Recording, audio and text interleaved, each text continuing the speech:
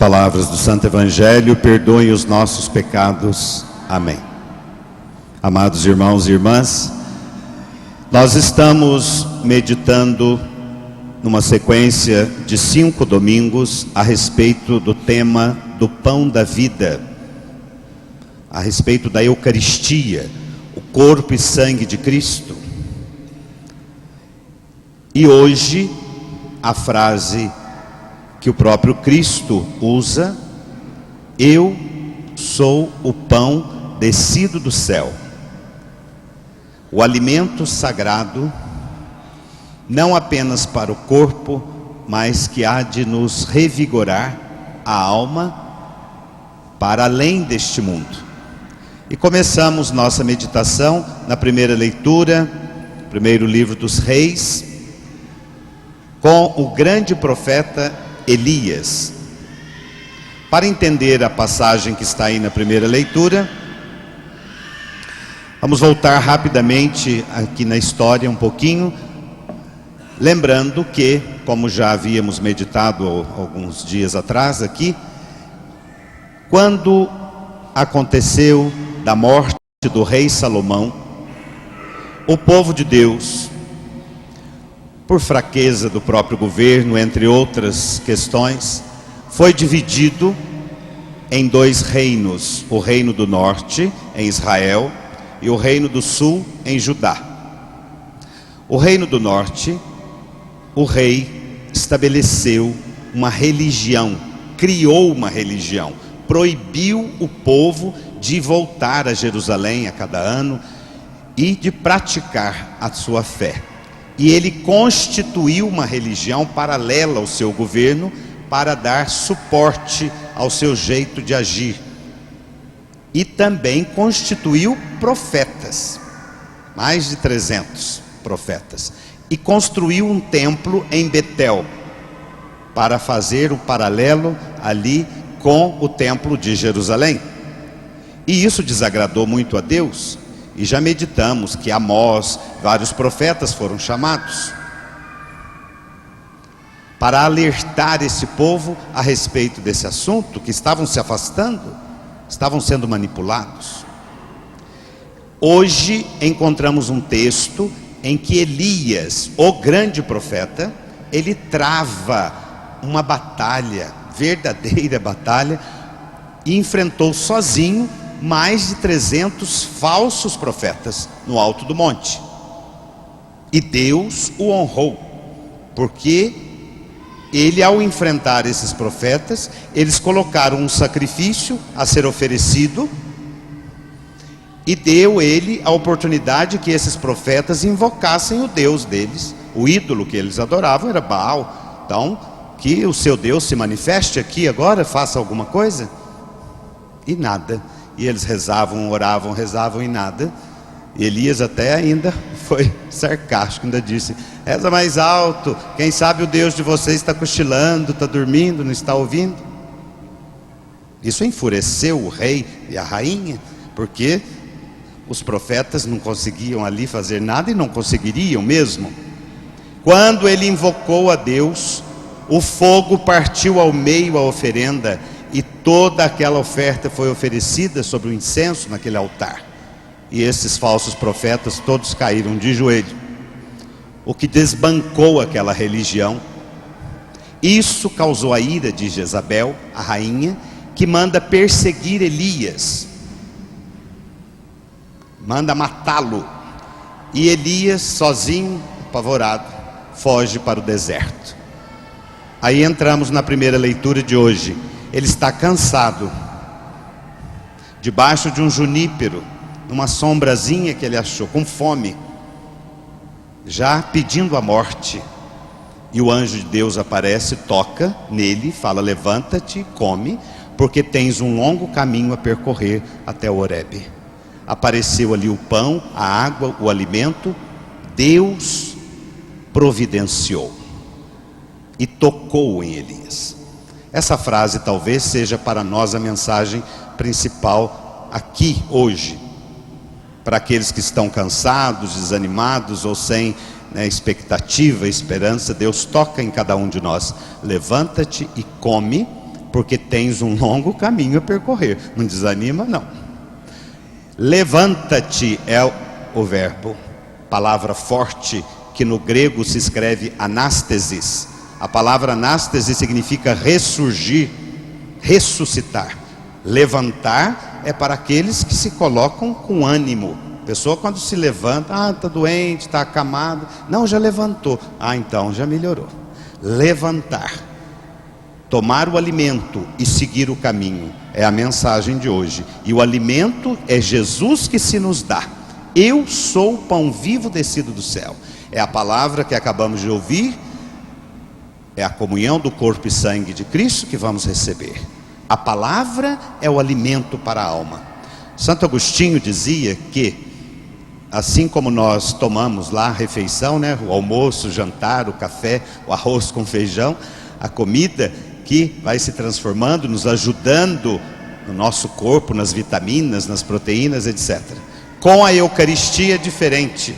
Não somos nós que assimilamos o corpo e o sangue de Cristo, mas Ele nos assimila ao seu corpo místico. Quando comungamos, o efeito é o contrário. É Ele que nos atrai a si. Esta é a força do alimento sagrado. E então, se somos alimentados pela palavra e pela Eucaristia, o nosso comportamento será então diferenciado. Pega o seu folheto para encerrarmos. Na segunda leitura, sempre que você for à missa final de semana, a primeira leitura e o Evangelho, geralmente, com algumas exceções, tem o mesmo tema. E a segunda leitura sempre é a prática desses dois textos, Antigo Testamento e Jesus no Evangelho, e a segunda leitura sempre é a prática da igreja. Então vamos ver qual seria a prática de hoje. Pega a segunda leitura, quem puder ler comigo a primeira frase, pode ler, sem vergonha, vamos lá. Irmãos, não contristeis o Espírito Santo, com o qual Deus vos marcou com um selo para o dia da libertação. Toda amargura, irritação, cólera, gritaria, injúrias, tudo isso deve desaparecer do meio de vós, como toda espécie de maldade. Tá bom. Aqui então já uma amostra que São Paulo escreve aos Efésios, dizendo que aqueles que são alimentados pelo verdadeiro pão se esforçam para evitar.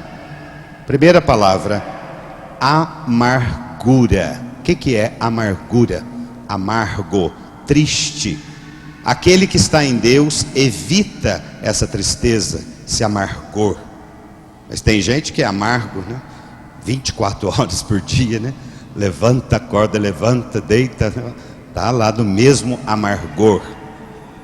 Procure colocar a mão na consciência um pouco. Ninguém suporta às vezes, né? E ninguém tem culpa de nossos transtornos. Muitos deles são pessoais, nós precisamos lutar. A tristeza constante. Será que não há um momento, um refresco na cabeça dessa pessoa que alivie e que dê um sorriso e que ajude a vida a ser mais leve? Não, aquele peso constante. Coitado de quem mora numa casa com gente assim, merece um diploma, porque não é fácil. A pessoa amarga, vive ou no passado, ou na saudade, ou no ódio, ou no rancor, e aquela vida pesada, arrastada, devemos aliviar. E a palavra de Deus toca o nosso coração. Levanta, meu filho, come, tem muito caminho a percorrer. Não é porque o fulano morreu que você vai ficar morto aqui também. Não é porque o ciclano está assim, não é porque perdeu aquele negócio que vai desistir. Não. A alegria nos motiva a viver e também nos faz viver melhor. E precisamos resgatar nossa coragem, oração. Depois ele diz da amargura, também o apóstolo fala da irritação. Irritação. Estamos numa geração muito intolerante. As pessoas se irritam facilmente. No trânsito, então, basta um olhar, né? Já buzina, já entra na frente, já o outro sai da vaga, e isso. Em casa, um fala um pouquinho mais alto, o outro já bate a porta, o outro já não sei o quê. Uma irritação, uma correria, um desespero. falta generosidade, falta mais paz de espírito. E isso é fruto de quem alimenta da palavra de Deus. A pessoa não bebe na fonte. A qual a fonte que você bebe? Que tipo de alimento você recebe? Nós somos resultados também daquilo que colocamos no nosso corpo e na nossa alma. A boca fala do que o coração está cheio. Cólera, né? Raiva, gritaria.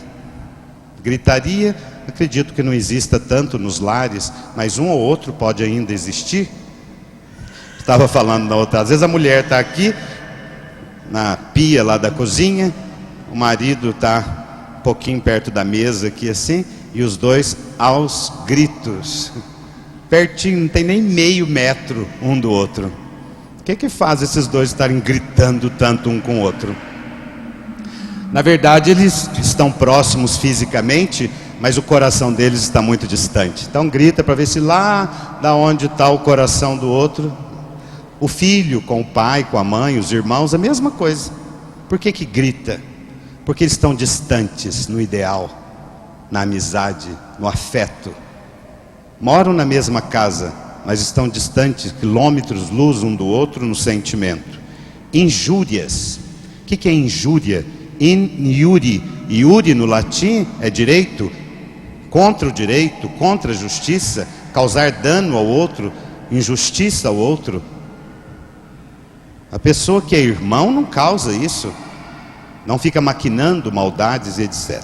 E assim ficaríamos falando aqui horas a respeito deste texto. O que nos importa na nossa meditação é buscar a palavra de Deus, um alimento sagrado, para que consigamos ter um comportamento de acordo com aquilo que Jesus pede.